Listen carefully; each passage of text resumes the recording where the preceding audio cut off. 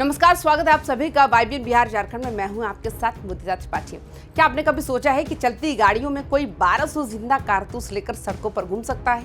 जरा सोचिए, वो अपराधी कितने बेखौफ होंगे जिन्होंने पुलिस को देखते ही सरेंडर करने के बजाय उन पर गोलियां बरसानी शुरू कर दी। पटना का फतुहा इलाका गोलियों की तड़तड़ाहट से थर्रा उठा। बीच सड़क पर पुलिस और अपराधियों के बीच खूनी मुठभेड़ हुई। आखिर कौन था वो अपराधी जिसे पुलिस ने घुटनों के बल ला दिया? नीली शर्ट और जींस पहने उस लड़के का सच क्या है जिसके पास से इतना बड़ा हथियारों का जखीरा मिला? पुलिस के भी होश उड़ गए ये देख के। क्या पटना में किसी बड़ी साजिश को अंजाम देने की तैयारी थी? आज की स्पेशल रिपोर्ट में हम फतुहा एनकाउंटर की वो इनसाइड स्टोरी बताएंगे जो अभी तक किसी अखबार में भी नहीं छपी। वीडियो को अंत तक जरूर देखिएगा क्योंकि आज हम उन अंतरजातीय तस्करों का कच्चा चिट्ठा खोलने वाले हैं जिन्होंने पुलिस की नाक में दम कर रखा था।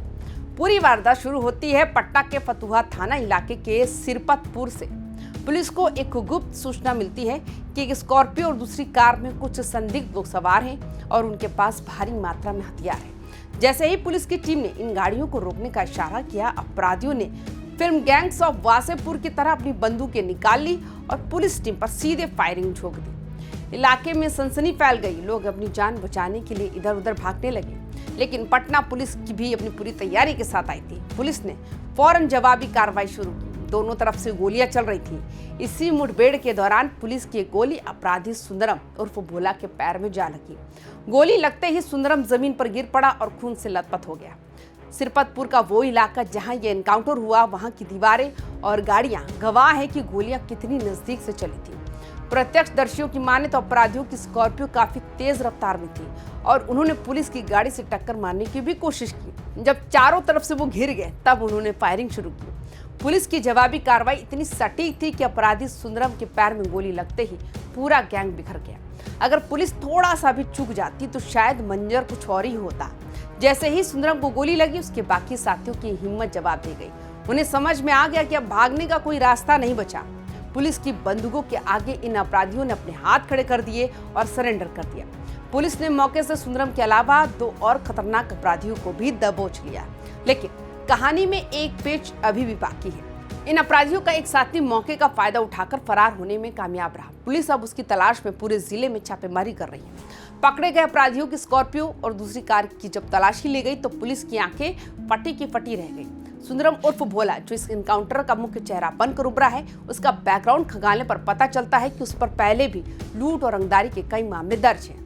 वो छपरा इलाके में अपने दुस्साहस के लिए जाना जाता था। पुलिस उसे एक इनामी अपराधी बता रही है, जिसका मतलब है कि वो लंबे समय से कानून की आंखों में धूल झोंक रहा था। नीली शर्ट और जींस पहने सब अपराधी का खौफनाक अंत ये बताता है कि नए लड़के किस तरह जरायम की दुनिया में अपनी जगह बनाने के लिए पुलिस पर भी गोली चलाने से नहीं कतराते।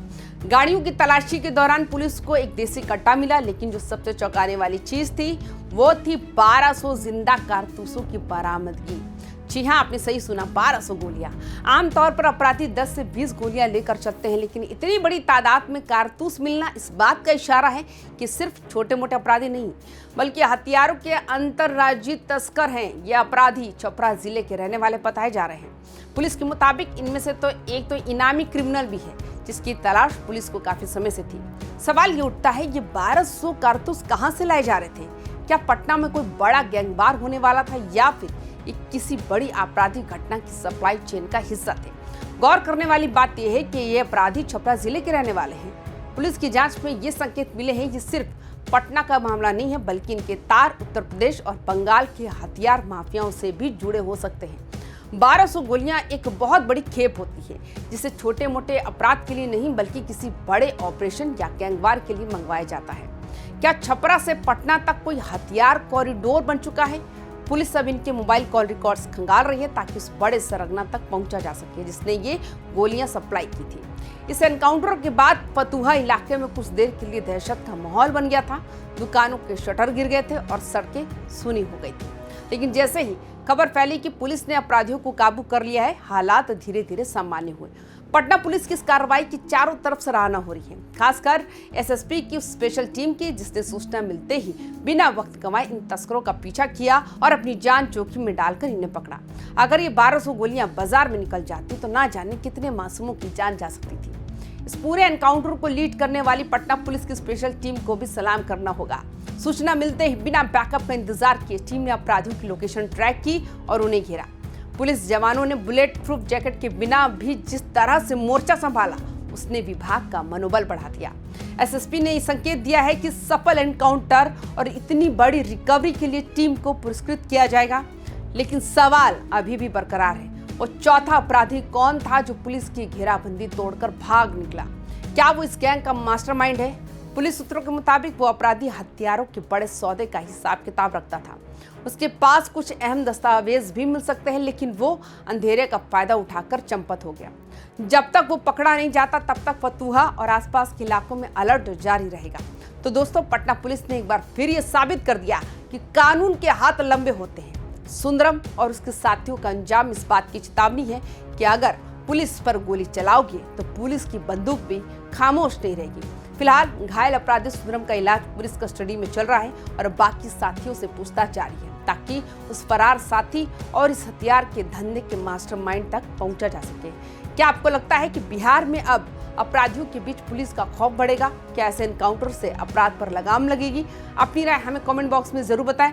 बिहार की हर बड़ी क्राइम न्यूज और ब्रेकिंग अपडेट के लिए YBN बिहार झारखंड को अभी सब्सक्राइब करें। नमस्कार।